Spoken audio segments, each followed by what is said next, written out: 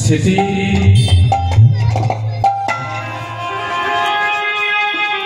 যিনি বৃন্দাবন নন্দনন্দন যশোদার প্রাণ জীবন শ্রী ভগবান,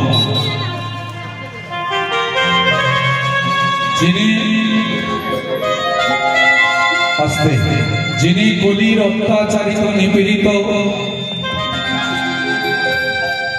দুর্দশাগ্রস্ত জীবকে উদ্ধার করার প্রত্যাশা, যিনি সাধের বৃন্দাবন পরিত্যাগ করে এসেছেন এই নবদ্বীপ ধামে। আস্তে যোগী যারে যোগে পায় না, মনি যারে ধ্যানে পায় না, এহেন যোগাতীত ধ্যানতীত আমাদের ভগবান, যিনি সাধের বৃন্দাবন পরিত্যাগ করে এসেছেন আমাদের নবদ্বীপ ধামে। রাধে রাধে। কিন্তু কেন ও মা এদিকে তাকান, এদিকে কীর্তনটা এদিকে হচ্ছে না ওদিকে, মনটা এদিকে দিকে হবে। এখানে বসার একটা নিয়ম আছে, এখানে বসতে গেলে নিয়ম মেনে শুনতে হবে।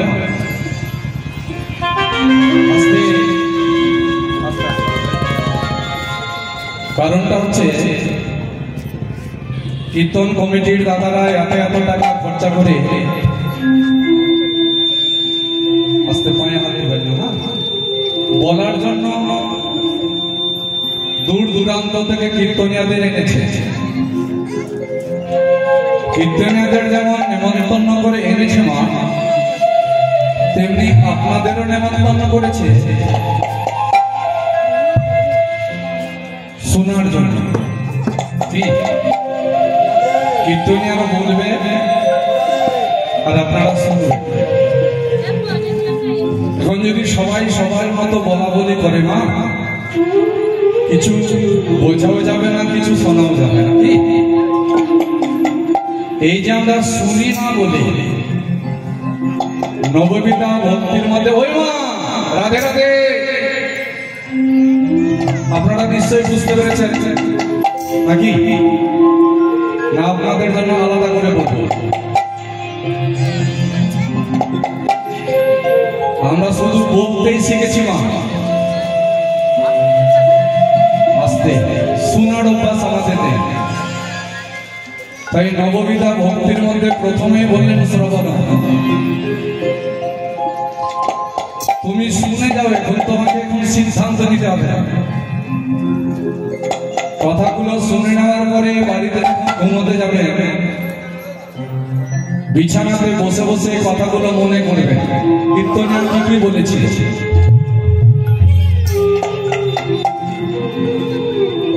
আমি দুর্যোধনের পক্ষে যাব না আমি যুধিষ্ঠিরের পক্ষে যাব, তখন বিচার করবেন, সিদ্ধান্ত করবেন। এখন শুধু শোনার পালা, শুনে যাবেন। সবচাইতে বড় কথা মা, আমাদেরকে সবচাইতে আগে জানতে হবে ভগবানটা কে। কারা কারা জানে? আচ্ছা মা বলেন ভগবানটা কে?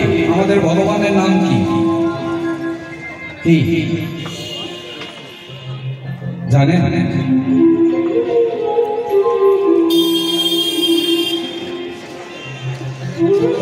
জানা নেই, এই জন্য ভালো লাগছে, গল্প করার ইচ্ছা করছে। কেউ বলে কালী ভগবান, কেউ বলে দুর্গা ভগবান, কেউ বলে শিব ভগবান, কেউ বলে ব্রহ্মা ভগবান। কিন্তু ভগবানটা কে? গ্রন্থে বলেন ঈশ্বর পরম কৃষ্ণ সচিদানন্দ বিগ্রহ, অনাদিরাদি গোবিন্দ সর্বকারণের কারণ।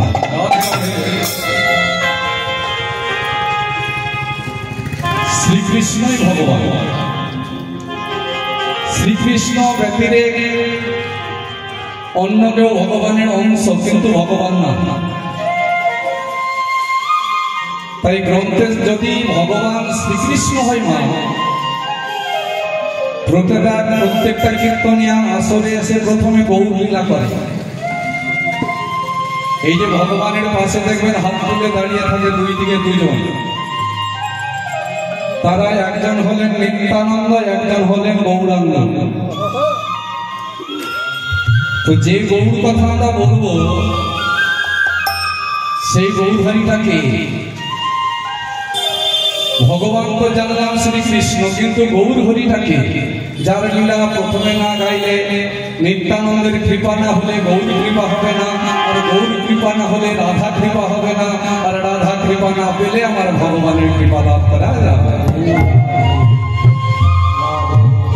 তো গৌর হরিটাকে চৈতন্য চরিতামৃত সিদ্ধান্ত দিলেন গৌর হরিটাকে। তাহলে গ্রন্থ কি সিদ্ধান্ত দিলেন? রাধে অগো ব্রজেন্দ্র নন্দন জয় সচি সুত হল সে,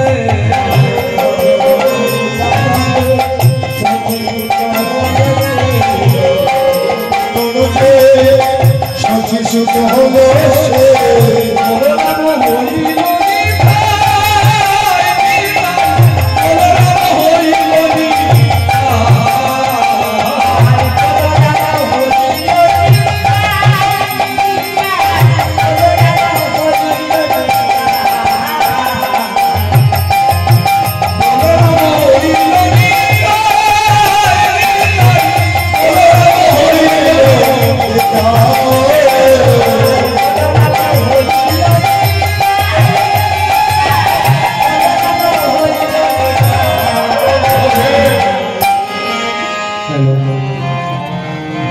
জানতে হবে মা। এরপরে কেউ জিজ্ঞেস করলে যাতে আপনারা, আমরা হিন্দু, আমাদের ধর্মের নাম হলো সনাতন ধর্ম, এগুলো কথা যদি না বুঝিয়ে না জানি তো ঠকিয়ে যেতে হবে আমাদের। আমরা যে হিন্দু সনাতন ধর্মের মানুষ এটা বলতে আপনি জোর করে পারবেন না। মহাপ্রভুটাকে মা বললেন ব্রজেন্দ্র নন্দন যেই শচীসুত হলো সে। ব্রজেন্দ্র নন্দন বলতে ব্রজ মানে বৃন্দাবন, বৃন্দাবনের যিনি নন্দ রাজা ছিলেন, বৃন্দাবনে যিনি নন্দ রাজার ছেলে তিনি কলিতে ভগবান হলেন, কলিতে গৌরাঙ্গ হলেন। আমার ভগবান শ্রীকৃষ্ণ যে কলিতে গৌরাঙ্গ হলেন এর প্রমাণ কি? প্রমাণটা কি? এর প্রমাণটা কি? ব্রজেন্দ্র নন্দন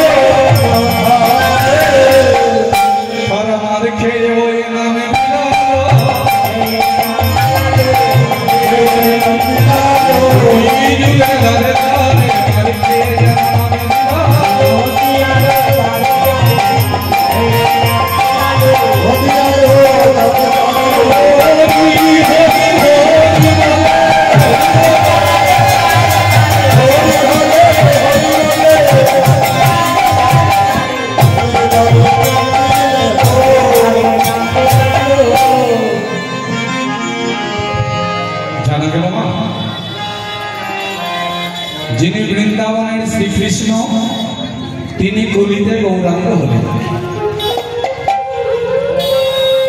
পাপী তাপী সকলকে যিনি উদ্ধার করলেন রাধে। কিন্তু জানার বিষয় কীর্তন হলো একটা ভাগবত মা, এটাতে সুর করে পদগুলো দিয়ে বোঝায়, আর ভাগবতমে শ্লোক ছন্দ বিধান। কথাগুলো জানতে হবে, কথাগুলো মানতে হবে। রাধে রাধে। শ্রীকৃষ্ণ ভগবান কলিতে গৌরাঙ্গ হলেন কেন? আস্তে আস্তে। শ্রীকৃষ্ণ এখন একদিন যত গোপ গোপী বৃন্দাবনে ব্রজবাসী সকলকে দেখেছে, গোপীদেরকে, আর সমস্ত গ্রন্থকে এক জায়গায় দাঁড় করিয়েছিল।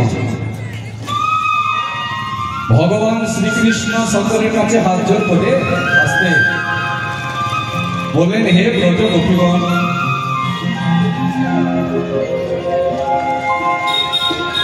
তোমাদের সকলের কাছে একটা প্রশ্ন। কত সাধক সাধিকা, কত কিন্নর, কত গন্ধর্ব ঘর ছেড়ে বনে গিয়ে আমাকে ডাকে আমার কৃপা পাওয়ার জন্য, বছর বছর জনম জনম কেটে যায়। সবার ডাকে আমি সবসময় আসতে পারি না। আসতে হে ব্রজগোপীগণ, তোমরা কি এমন বস্তু দিয়ে আমাকে ডাকো যেটা আমি যেখানে থাকি তোমাদের কাছে ছুটে আসতে আমি বাধ্য হই কেন?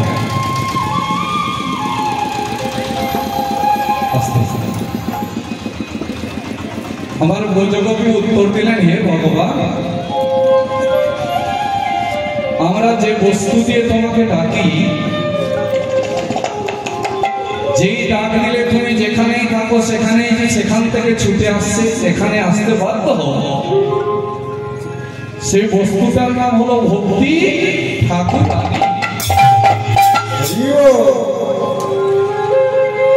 তুমি গীতাতে বলেছ আমি মুক্তি দিতে পারি,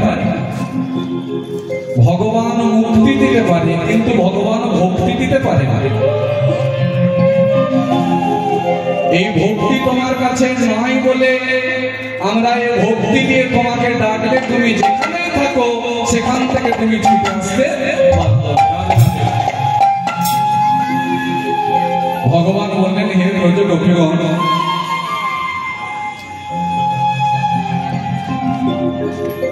তোমরা যে ভক্তি দিয়ে আমাকে ডাকো সেই ভক্তি কি আমার হবে না? ব্রজগোপীগণ বললেন হবে, তবে তোমাকে ভগবানের জায়গায় বসে থাকলে তোমার ওই ভক্তি কখনো হবে না। যে রাস্তা দিয়ে হেঁটে হেঁটে, যেই রাস্তা অবলম্বন করে সকলে ভক্তি অর্জন করেছে, বৈষ্ণব হয়েছে, তুমি ভগবান হলেও তোমাকে ওই রাস্তা ধরেই এসে ভক্ত হতে হবে। ভগবান বললেন, ব্রজগোপীগণ, তাহলে আমাকে কি বলে দিতে পারবে কোন রাস্তায় গেলে আমার ভক্তি হবে? ব্রজগোপীগণ বললেন, হে ভগবান, যেখানে যেখানে ভক্তরা বসে বসে হরিকথা শোনে, যেখানে যেখানে ভক্তরা বসে বসে হরিকথা শোনে, হরিকথা বলে,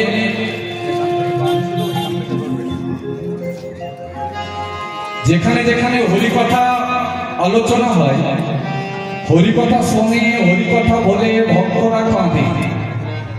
ওমা, ভগবানের কথা শুনে, ভগবানের কথা বলে সবাই কাঁদতে পারে না। দেখবেন ভগবানের নাম করে করে যার চোখ থেকে জল কখনো ঝরবে না, গ্রন্থে বলছে তার প্রচুর অপরাধ আছে। যারা পাপী মানুষ তারা হরিকথা শুনতে ভালোবাসে না, হরিকথা বলতেও ভালোবাসে না। তারা হরিকথা শোনে, তাদের নয়ন থেকে জলও পড়বে না। কারণ তাদের এত পাপ জমা আছে। যতদিন ওই পাপ হয়ে হয়ে হয়ে নয়নের জল দিয়ে ধুয়ে ধুয়ে যতদিন পরিষ্কার হবে না, ততদিন হরিবাসরে তাদের ভক্তিও হবে না। হরিকথা বলে রেগে নয় ঘোড়ার গলা করতে।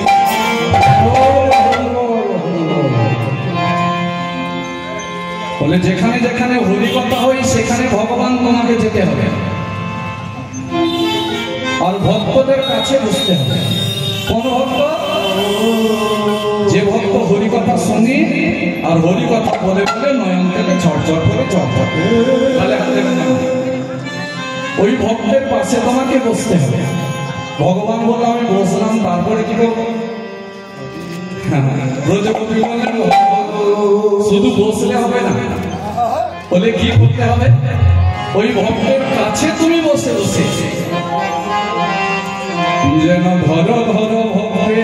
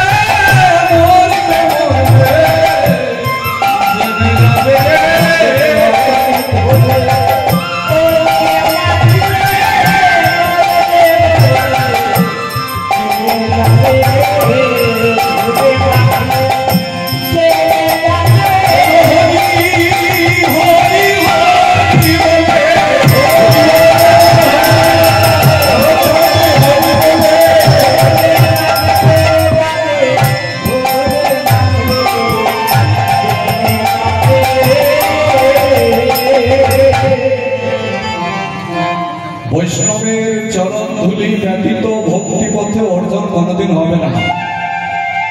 এই যে সাধুগুরু বৈষ্ণবের চরণ ধুলিকে যতক্ষণ গোড়াগড়ি দেবেন না, যতক্ষণ চরণ ধুলি আপনার মস্তকে নেবেন না, ততক্ষণ আপনার ভক্তি আসবে না। রাধে রাধে। যেমনি আমাদের মালদা শহরটা কিসের জন্য বিখ্যাত এটা তো সবাই জানে। কিসের জন্য? আমের জন্য। দেখবেন যখন গাছে মুকুল ধরে, এখন যেমন মুকুল ধরে আছে, কিছু কিছু গাছগুলো মুকুলের ভরে আস্তে আস্তে মাটির দিকে নুয়ে পড়ছে। যখন ওই মুকুলগুলোতে ফল গজাবে, আম ধরবে, আমটা যত বড় বড় হবে দেখবেন ডালটা তত মাটির নিচের দিকে নুয়ে নুয়ে পড়বে, নেমে নেমে যাবে। আর যখনই ওই গাছে আমটা তুলে নেওয়া হবে ডালপালা দেখবেন আগের মতো উঁচু উঁচু হয়ে যাবে। রাধে রাধে। তেমনি আমাদের আমের গাছের রূপ এই দেহবৃক্ষটাতে যতক্ষণ ভক্তিরূপ ফলের উদয় হবে না, ততক্ষণ ভগবানের চরণে মাথাটাকে ঠিকানা দেওয়া যাবে না। এটা হরিবাসর, এটা ভগবানের জায়গা। এখানে উঁচু জায়গায় বসে হরিকথা শুনতে নেই মা। উঁচু জায়গায় বসা মানে আমাদের ভক্তি রস আস্বাদন হয়নি। এখানে নিচে বসে হরিকথা শুনতে হয়। ভগবান যখন নামের কারণে গোলক ছেড়ে ভুলোকে এলেন, এই ভক্তের চরণ ধুলি গায়ে গায়ে মাগলেন। আর আমরা বলবো না মা রাধে রাধে। সেই গৌরী যিনি ভক্তের চরণ ধুলা মনকে মাগলেন, মস্তকে নিলেন, সিদ্ধান্ত নিলেন, তিনি সিদ্ধান্ত নিলেন আমি এইগুলো জায়গাটা থাকলে আমার ভক্তি অর্জন হবে না। কি হবে না? নদিয়া নদিয়া নগরে জগন্নাথ মিশ্রের ঘরে সচি গর্ভে জনম লোভিব,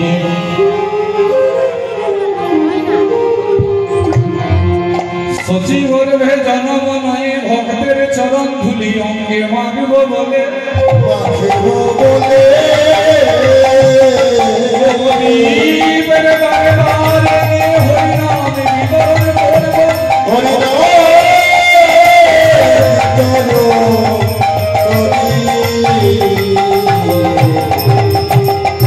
নিজে কাঁদব কলির জি থেকে হরি নামে কাঁদব।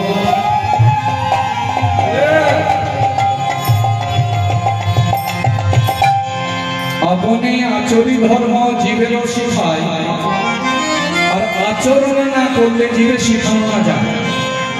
ওমা আসলে এলাম সেজে বুঝে বড় বড় কথাগুলো বিক্রি করে দিলাম। হাটে মাঠে হাটে বাজারে দেখবেন ঔষধ বিক্রি করতে আসে অনেকে, বলবে ভেলোরের ডাক্তার যেটা কাজ করতে পারেনি আমার এই 10 টাকার বোতলটা নিয়ে যান কাজ করতে। তেমনি হরিবাসরে নাম বড় বড় কথা বলে দিলাম, আর আসল থেকে বেরিয়ে গিয়ে যেমন কাম তেমন হয়ে গেল। তাদের কথাই হরিকথা, তাদের মুখে যদি 1000 বছরও হরিকথা শোনে আমার জীবের কোনো পরিবর্তন হবে না। কারণ প্রচার করার অধিকার তার আছে যে আচার করতে পারে। রাধে রাধে। এই জন্য ধর্ম কথা শুনতে হয় ধার্মিকের মুখে, যে ধর্ম নিজে করে তার কাছে যদি আপনি ধর্ম কথা শুনেন দেখবেন আপনার জীবনে কল্যাণ হবেই হবে।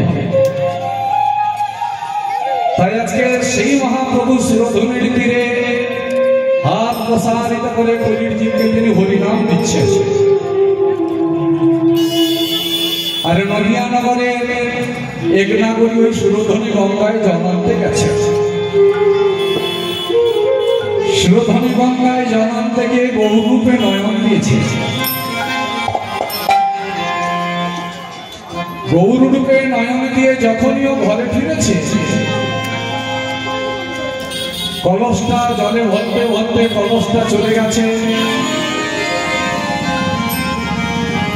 আর এই দেহ কুম্ভটা নয়নের জল দিয়ে ভর্তি করে ঘরে ফিরে নিয়ে এসেছে। আর এই গৌররূপ দর্শন করে ঘরে আর স্থির থাকতে পারছে না। কখনো ঘরে, কখনো বাইরে, কখনো হাসছে, কখনো কাঁদছে, কখনো গড়াগড়ি দিচ্ছে। নাগরীরা অবাক হয়ে গেলেন, বললেন নাগরী রে, এর আগে তো তুই এইরকম ছিলিস না। জানি না শিরোধনী গঙ্গা থেকে আসার পর থেকে তোর এইরকম পরিবর্তন কেন? জলান্তে গেছিল বিষ্ণুপ্রিয়া, আর তাকে জিজ্ঞেস করছে তার প্রিয় সখী যার নাম হলো কাঞ্চনা। কাঞ্চনা বলছে নাগরী রে সখী, তোর মন স্থির দেখছি না কেন? বল না বল না, তোর মনটা স্থির দেখছি না কেন? আর পুন পুন গোতা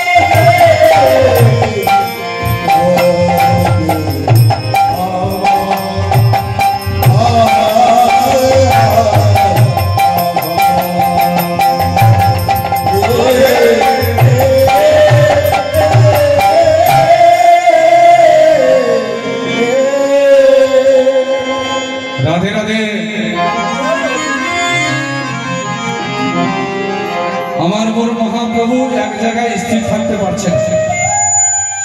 কে? যিনি মহাপ্রভুকে দর্শন করে এসেছেন। পুন পুন গতাগতি করু ঘর পন্থ, ক্ষণে ক্ষণে ফুলবনে চলয়ে কান্ত। কারে? শুধু ওই নাগরীর নয় না, যারা যারা আমার মহাপ্রভুর রূপ দর্শন করেছে, যারা যারা আমার মহাপ্রভুকে দেখেছে, তাদের ঘরের বাহির করে দে।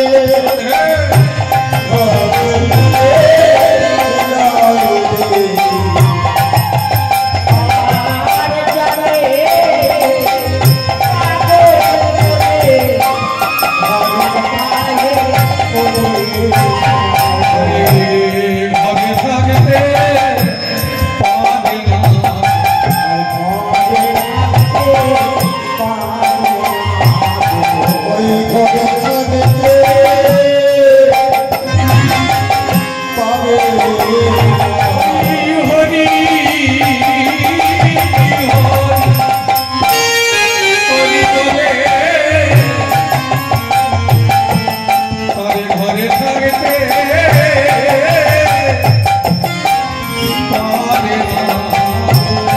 ওই হরি হরে হরি বলে পারে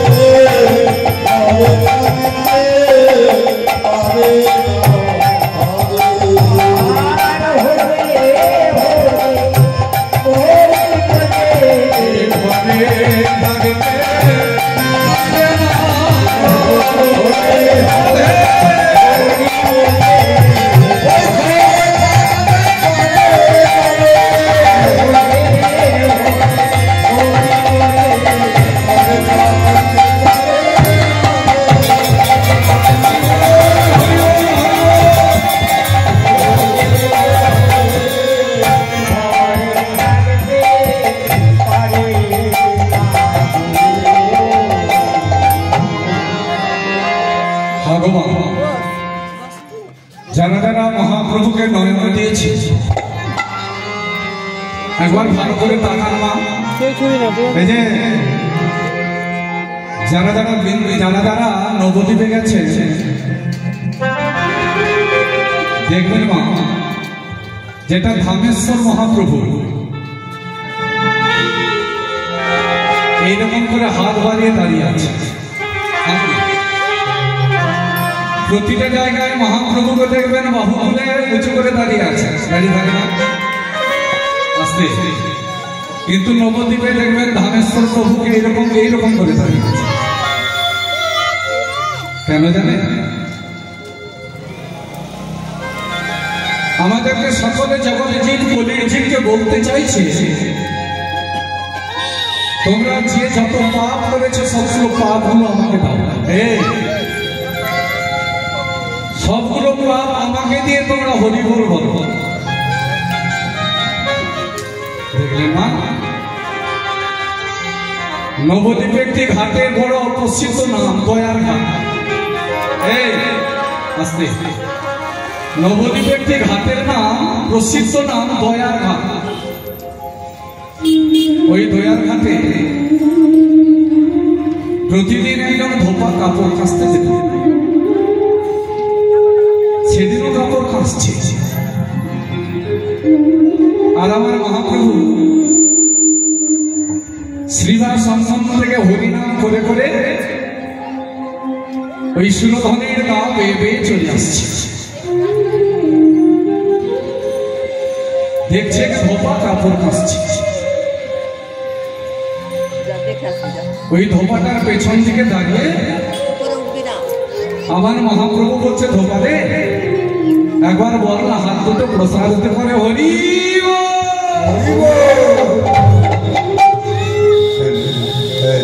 ধোপা মনে মনে ভাবছে, নবদ্বীপে এত ভিখারির উৎপাত হয়েছে, বাড়ি বাড়ি করে ভিক্ষা চাইতে আসে, আর এখানে আমি শুরু করে এক জায়গায় থাকতে দৌড়াদৌড়ি করছি। এটা মেলা, দৌড়াদৌড়ি করার জায়গা? রাধে রাধে।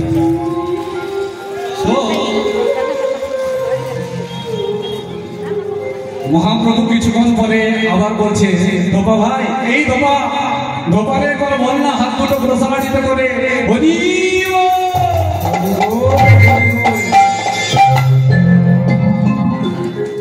ধোপা মনে মনে বলছে, ভিখারি, এত ভিখারি দেখেছি,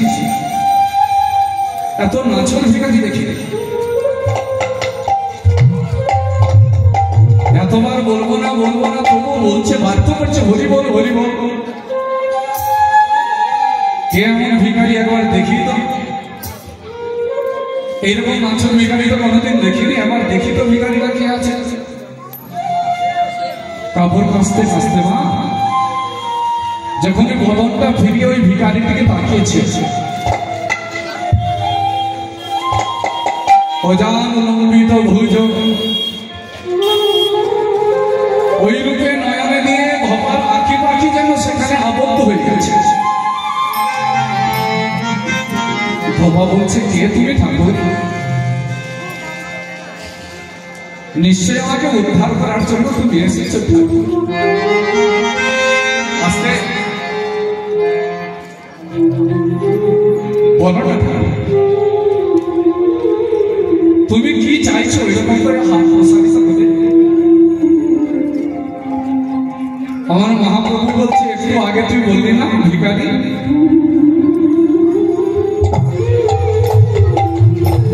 কত সুন্দর নাম দিলি তুই আমার। জানিস গোপালে, এই নামটা শোনার জন্য আমি কতদিন ধরে অপেক্ষা করে আছি। কবে আমি ভিখারি হব, কবে আমি স্বাধীন নবদ্বীপ পরিত্যাগ করে সকলকে পরিত্যাগ করে ইস্কন্দের ভিক্ষার জমি নিয়ে দাঁড়ে দাঁড়ে আমি ভিক্ষা পেলাম। এই দফা যখন আমাকে নতুন নাম দিল ভিখারি দে না, আমাকে ভিক্ষা দে, উত্তরীয়টা প্রসারিত করে আর ওই ধোপার কাছে বলছে দে না ধোপা আমাকে ভিক্ষা দে, তুই যে আমাকে নতুন নাম দিলি ভিখারি। নয়নের জলে উঠেছে ধোপা বলছে ঠাকুর কি তোমাকে আমি ভিক্ষা দেবো বলো, আমার কি আছে যে তোমাকে আমি ভিক্ষা দেবো। আমার মহাপ্রভু বলছে দোকানে আস্তে, ওর কাছে কিছু নেই। তুই সারাটা জীবনে যত পাপ করেছিস পায়ে হাত দিবেন না,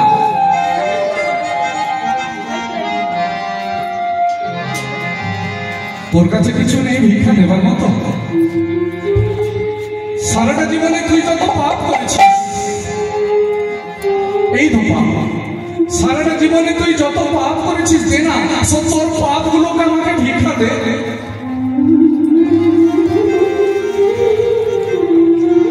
ধোপা নয়নের জন্য আমি করেছি পাপ, আর পাপ ভিক্ষা নেবে তুমি? তা কি করে ভয় ভয়। তবে শোনো,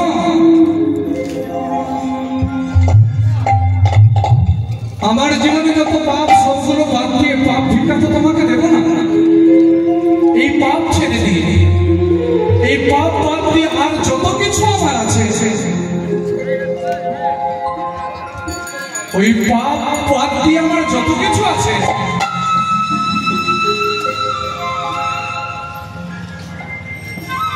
ওই পাপ বাদ দিয়ে আমার যত কিছু আছে ঠাকুর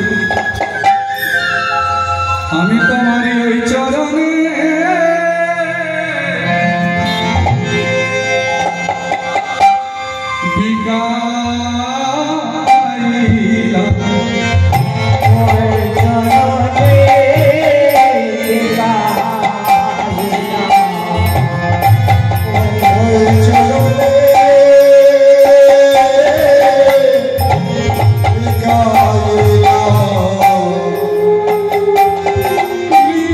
Oh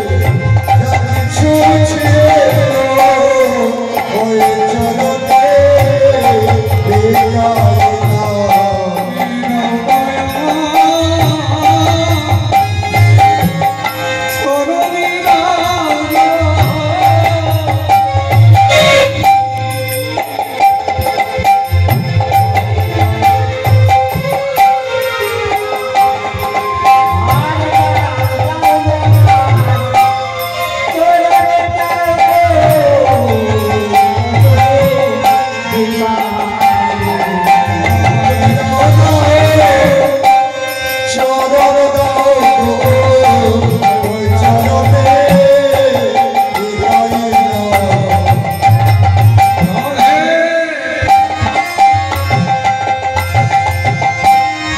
আমার মুখে নাই করে কিছু থাকবে দেখলে মা এইরকমই মহাপ্রভুর চরণে যদি নয়ন দেওয়া যায় না একবার কত কোটি কোটি কত কোটি কোটি ধন দৌলতের মালিক সবকিছু ছেড়ে দিয়ে তারা মাথা নেড়া ছেঁড়া কাঁথা করে বৃন্দাবনে রাধাকুণ্ডের ধারে ধারে পড়ে আছে তোমার তারা যখন বুঝতে পেরেছে ধন দৌলত আমার বলতে আমার নেই আছে মা মনে করেন দেখেন তো যেদিন আমরা এসেছিলাম সেদিন কি কোনো কিছু নিয়ে আসতে পেরেছি না পেরেছি যেদিন আমরা এসেছিলাম কোনো কিছু আনতে পেরেছি কি তেমনি অন্য দিকটা দেখেন মা যেদিন আমরা পৃথিবী ছেড়ে চলে যাব সেদিনও কি আমাদের সঙ্গে কোনো কিছু যাবে না যাবে যেদিন এসেছিলাম সেদিনও কিছু ছিল না যেদিন পৃথিবী ছেড়ে চলে যাব সেদিনও কোনো কিছু নিয়ে যেতে পারব কিন্তু যেটা নিয়ে যেতে পারবো মা সেটা আমরা জোগাড় করি না যেটা নিয়ে যেতে পারবো না ওটা জোগাড় করি আর যেটা নিয়ে যেতে পারবো সেটা জোগাড় করি না আস্তে রবি ঠাকুর বলেছে এই জগতে হয় সেই বেশি চাই আছে যার গরি গরি রাজার হস্ত করি সমস্ত কাঙালের ধন চুরি যার যত আছে সে ধনের পেছনেই ছুটে বেড়ায় যেটা আমাদের সঙ্গে যাবে না এইরকম এক জায়গায় হরিবাসর হচ্ছিল আরেক দাদা রাস্তা ধরে যেতে যেতে এই হরি কথা শুনে মনটা তার এমন আকর্ষণ করলো যে আস্তে আস্তে ওই হরিবাসরে এসে পৌঁছে গেছে আর যিনি হরি কথা বলছিলেন হরি কথা শুনে অন্যান্য ভক্তরা নয়নে জলে ভেসে যাচ্ছে এ ভক্ত তাড়াতাড়ি করে গিয়ে আসতে ওই দাদাটাকে আলিঙ্গন করল দেখবেন মা কোন কারো সঙ্গে বুকের মধ্যে জড়িয়ে আলিঙ্গন করলে দেখবেন বুক তো জ্বালা করে গরম গরম হয় আবার কাউকে বুকের মধ্যে নিয়ে আলিঙ্গন করলে দেখবেন বুকটা শীতল হয় কৃষ্ণ ভক্তি গুলোই হয় কাউকে বুকের মধ্যে নিয়ে আলিঙ্গন করলে চোখের জলটা শুকিয়ে যায় কাউকে আবার বুকের মধ্যে আলিঙ্গন করলে দেখবেন চোখ থেকে জলটা ঝরঝর করে পড়ে যাকে বুকে নিয়ে আলিঙ্গন করে চোখের জলটা পড়ে মা ভাববেন তিনি হলেন বৈষ্ণব আর বৈষ্ণবের স্পর্শ যদি আপনি পান কৃষ্ণ ভক্তির উদয় আপনার হবে হবে হবে যেই কৃষ্ণ ভক্তির উদয় হয়েছে বাড়িতে গিয়ে তার ছোট ভাইকে বলছে ভাই রে বাবা তো আমাদের কোটি কোটি টাকা রেখে এই ধরা দাম ছেড়ে চলে গেল শুনেছি নাকি কোন পরিবারে যদি একজন বৈষ্ণব জন্ম নেই রাধে রাধে কোন বংশে যদি একজন বৈষ্ণব জন্ম নেই 14 পিঢ়িকে উদ্ধার করে 7 পিঢ়ি যিনি চলে গেছেন আর ঘর দামে নেই তাদেরকে আর যারা যারা আসছে 7 পিঁড়ি তাদেরকে উদ্ধার করে 14 পিঁড়িকে। আর কোন বংশে যদি একজন কন্যা বৈষ্ণব জন্ম নেই, বৈষ্ণব হয়, তাহলে 7 পিঁড়িকে উদ্ধার করে। তো বলছিলাম ভাই রে, বাবা তো কোটি কোটি টাকা রেখে চলে গেল, কোনো কিছু ভালো জায়গা দান কোনোদিন করতে দেখি। আজকে যেটা আমি জেনে না, আমার মন বলছে টাকা তো আমাদের কম নেই ভাই। আমার মনে মনে হচ্ছিল যে বাড়িতে কতগুলো বৈষ্ণব ডেকে প্রত্যেকটা বৎসর অন্তত 5 দিন করে করে হরিনামের আসর হতো। আর বৈষ্ণবদের চরণ ধুলো নিয়ে আমরা গায়ে মাখতাম, বৈষ্ণবের চরণ ধুলাতে আমরা গোড়াগড়ি দিতাম। ভাই বলল, দাদা আমি তো বাবাকে কোনোদিন দেখিনি, আমার খেয়াল নেই, তোমার যেটা ইচ্ছা সেটাই করে। প্রত্যেক বছর বৈষ্ণবদেরকে নেমন্তন্ন করে, আর বাড়িতে 5 দিন ধরে হরিবাসর দেয়। আসতে 5 দিন ধরে হরিবাসর দেয়, আর ভক্তরাও কাঁদে, আর ধুলায় গোড়াগড়ি দেয়। ওই দাদা ভাই দুজনে বৈষ্ণবের চরণ ধুলো নিয়ে অঙ্গে মাখে। কিছুদিন পরে এক ভালো পরিবার দেখে ভাইটার বিবাহ দিল, শিক্ষিত পরিবারে। সেই বছরও বাড়িতে হরিনামের আসর হচ্ছে। আর ওই ভাইয়ের শ্বশুর বাড়ি থেকে শ্বশুর শাশুড়ি শালি সকলে মিলে দোতলায় বসে বসে আর বৈষ্ণবদের হরিকথা শুনছে। পাপি কি হরিনাম কথা ভালো লাগে না? যাদের পাপ বেশি না তারা দেখবেন এই জায়গায় বসবে। হ্যাঁ, হাজার চেষ্টা করলেও বেশিক্ষণ বসতে পারবে না। ওই দোতলায় বসে বসে ছোট ভাইটার শ্বশুর শাশুড়ি বলছে, এইভাবে যদি বছর 5 দিন 6 দিন ধরে এই ভিখারীদেরকে যদি খাওয়ায়, তাহলে রাজার ধন শেষ হয়ে যাবে। ছোট ভাই জামাইকে ডেকে বলছে, ও বাবা ধন শোনো, তোমার দাদা যেরকম কাজ আরম্ভ করেছে বছর এই কাজ করলে তোমাদের যত জমানো টাকা সব খরচা হবে, তোমরাও বেকারি হয়ে যাবে। তো বলছিলাম কি বাবা জামাই, তোমার দাদা থেকে তুমি আলাদা হয়ে যাবে। দেখলেন মা, 10 কিলো দুধের মধ্যে 1 ফোঁটা যদি লেবু পড়ে যায়, দুধকে ফাটিয়ে দেয়। সৎ কথার শত্রু বেশি, অসৎ কথার বন্ধু বেশি। আপনি ভালো কথা বলেন, শোনার মানুষ পাবেন না। আর আপনি যত খারাপ কাজ করেন, দেখবেন মানুষকে ডাকতে হবে না, মানুষ আপনার কাছে লাইন দিয়ে দেবে।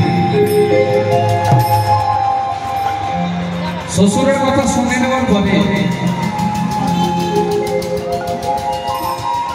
সকাল না হতে হতে দাদার কাছে গিয়ে বলছে, দাদা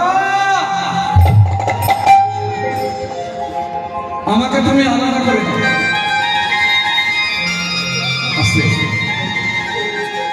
আমাকে তুমি আলাদা করে দাও। দাদা তার চোখ থেকে ঝরঝর করে জল।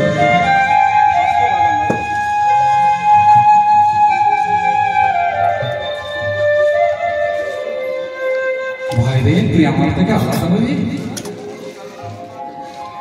কি নিয়ে আলাদা হবে ভাই? টাকা পয়সা, এই বাড়ি ঘর, ঠিক আছে। এই টাকা পয়সা বাড়ি ঘরের জন্য তুই আমার থেকে আলাদা হবি? ড্রাইভারকে ডাকলো, ড্রাইভার তুমি গাড়ি বার করো, তাড়াতাড়ি তুমি কোর্টে চলো। কোর্টে গিয়ে যতগুলো ব্যাংক ব্যালেন্স, বাড়ি ঘর সবকিছু ছোট ভাইয়ের নামে উইল করে দিল। ভাইটাকে জজের সামনে দাঁড়িয়ে দাঁড়িয়ে বলছে, শুনুন স্যার, যে কথা আজ অবধি আমি কাউকে বলিনি, আপনি আমার বাবার বন্ধু বলে আপনাকে আমি মনের কথাগুলো বলছি।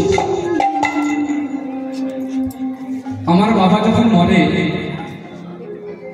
আমার এই ছোট ভাইটার বয়স ছিল মাত্র 2 বছর। কিছুদিন পরে মাও মারা গেল। বলবো ওখানে ছোট্ট ভাইটাকে তোদের কাছে নিয়ে গেলাম, সন্তান জ্ঞানের মানুষ করতে। কিছুদিন পরে আমি বিয়ে করলাম, ঘটনাটা আমার বউকে বললাম।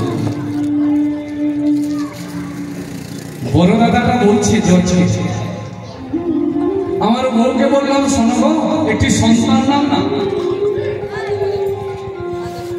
আমার বউ বলল, না আমি কোনো সন্তান নেব না। বলে কেন?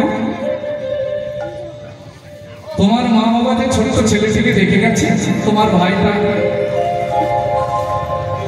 আমার যদি সন্তান হয় তাহলে তোমার ভাইটাকে আমি সন্তান জ্ঞানে মানুষ করতে পারবো না। তাই আমি মনে মনে সংকল্প করেছি,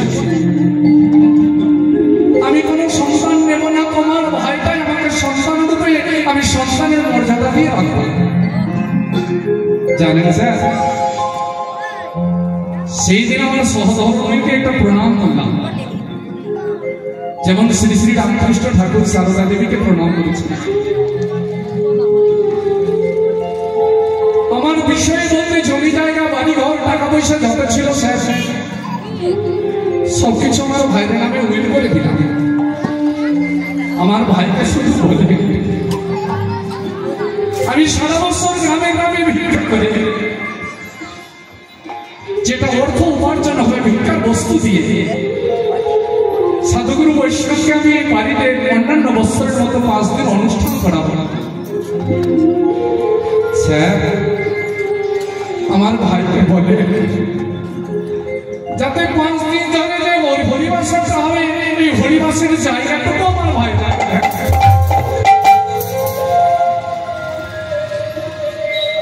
সারাটা বছর দাদা গ্রামে গ্রামে মাধুগুরি করে, বৈষ্ণব সাধুগুরু বৈষ্ণবকে নেমন্তন্ন করে তাদের প্রসাদ দেয়, পাওয়াই আর হরিবাসরে হরিকথা হয়। আর বৈষ্ণবের চরণ ধুলি দিয়ে নিয়ে অঙ্গে মাকে কখনো হাসে, কখনো কাঁদে, কখনো ওই বৈষ্ণবের দুলাই গলায়।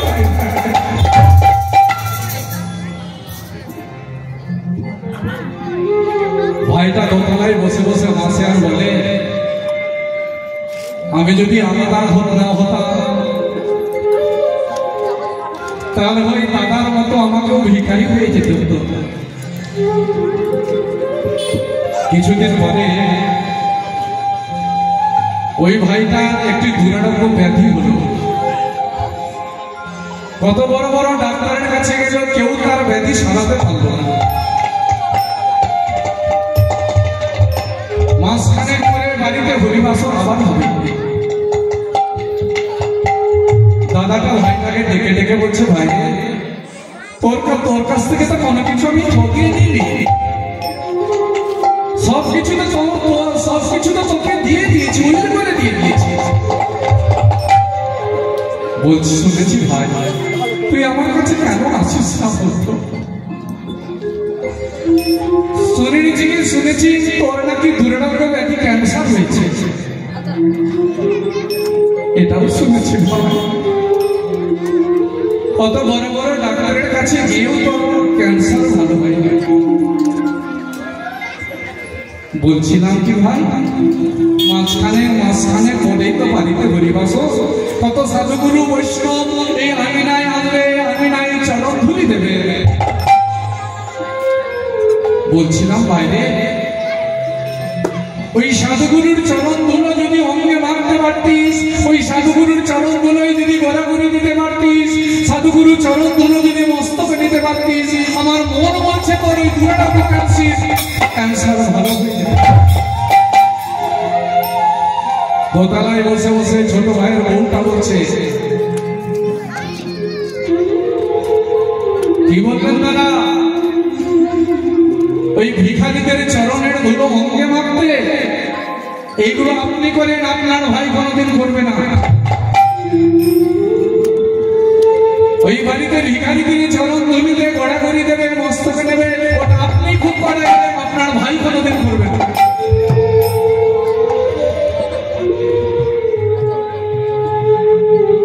কিছুদিন পরে বাড়িতে হরিবাসর আরম্ভ হবে। ছোট ভাইটা তার স্বামীকে নিয়ে, ছোট বউটা তার স্বামীকে নিয়ে ভেলোরে চলে গেল। ডাক্তারের কাছে পরামর্শ নিয়ে জানতে পারলো ক্যান্সারটা এত দূর ছড়িয়ে গেছে যে মাসখানেকের মধ্যেও মৃত্যু শয্যায় সজ্জিত হবে, বাঁচবে না। ভাইটার মনে পড়ে গেল দাদার কথা, আমার দাদা তো বলেছিল বাড়িতে হরিবাসর হবে, বৈষ্ণবের চরণ ধুলোই যদি গড়ে গড়ে দেওয়া যায়, এই দুরারোগ্য ব্যাধি ক্যান্সার ভালো হতে পারে। বউকে ফেলে রেখে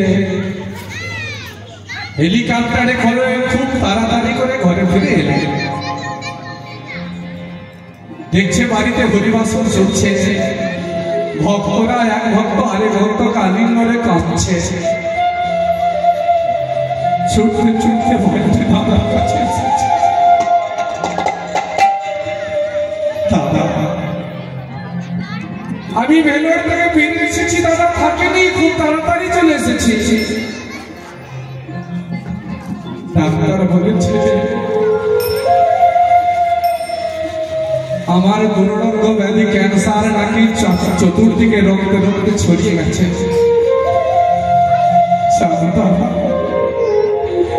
ডাক্তার এটাও বলেছে আমি নাকি মাসখানেকের মধ্যেই আর বেঁচে থাকবো না, মনে যায়। দাদা বলছে ভাই রে, একবার চেষ্টা করে দেখলেন ভাই। ওই সাধুগুরু বৈষ্ণবরা যে বসে বসে হরি কথা বলছে, হরি কথা শুনছে, হরি কথায় নয়ন থেকে ঝরঝর করে অশ্রু পড়ছে। ওই বৈষ্ণবের চরণ তোলা একবার গড়াগড়ি দেয় না ভাই, একবার গড়াগড়ি দেয়। ভাইটা দাদার কথা শুনে বৈষ্ণবদের কাছে গেছে। বৈষ্ণবের কাছে গিয়ে বলছে, হে সাধুগুরু বৈষ্ণব, যেটা করা আমার অনেক আগে ছিল, আমার দাদাকে ঠকিয়ে নিয়ে যেটা পাপ আমার হয়েছে, আমি নাকি বেশি দিন বাঁচব। হে সাধুগুরু বৈষ্ণবরা, আমার যাবার সময় তো সন্নিকট, তাই তোমরা যদি কৃপা করে, তোমরা যদি আমাকে সকলে মিলে কৃপা করো,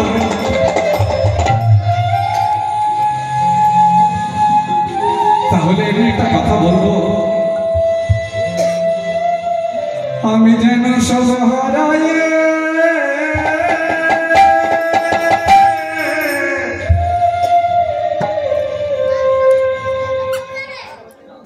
আমি পথে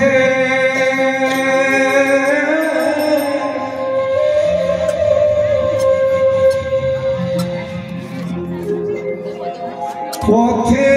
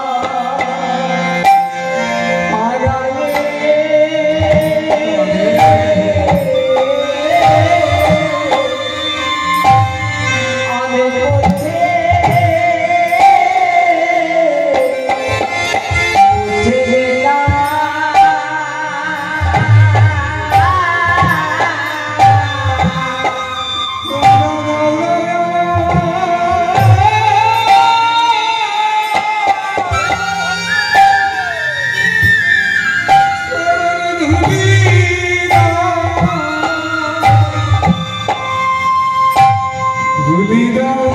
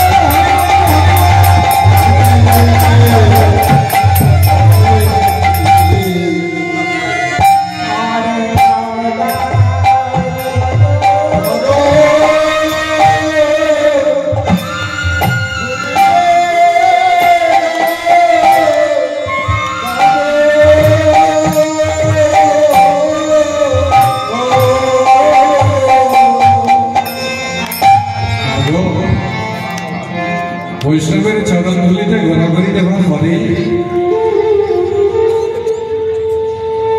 কয়েকদিন পরে আবার ভেলুনে গিয়ে ডাক্তারের চিকিৎসায় ধরা পড়লো তার ক্যান্সার মুক্ত হয়ে গেছে। দেখলে মা, ভক্তের চরণ ধুলার কত বড় গুণ আছে। তাই আমার নদিয়ার নাগরিক গৌরদেব দর্শন করে কখনো হাসে, কখনো কাঁদে, কখনো ভক্তের চরণ ধুলায় ঘুরে ঘুরে দেয়।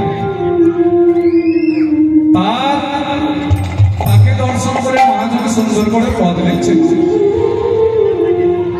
অগো চলো চলো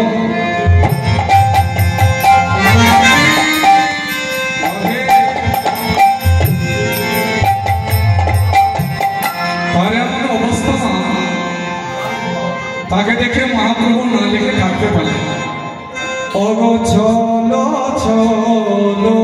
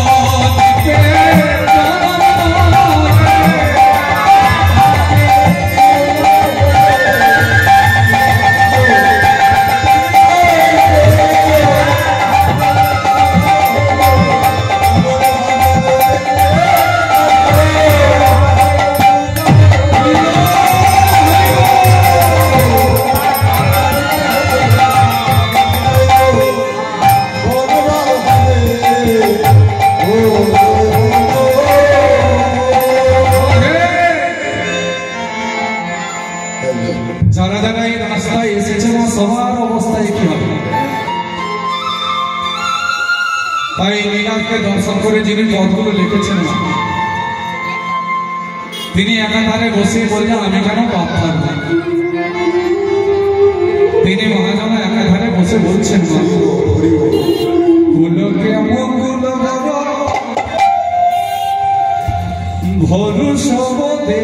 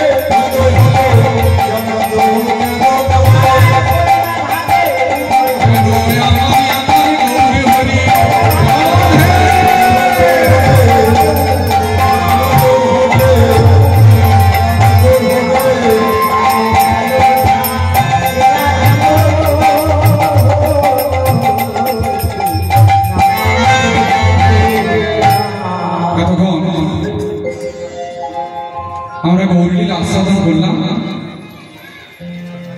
এবার গৌর হরিকে প্রণতি নিবেদন করে এই গৌর কথা কিছুক্ষণের জন্য বিশ্রাম দিয়ে আমরা মধুময় বৃন্দাবনে যাব।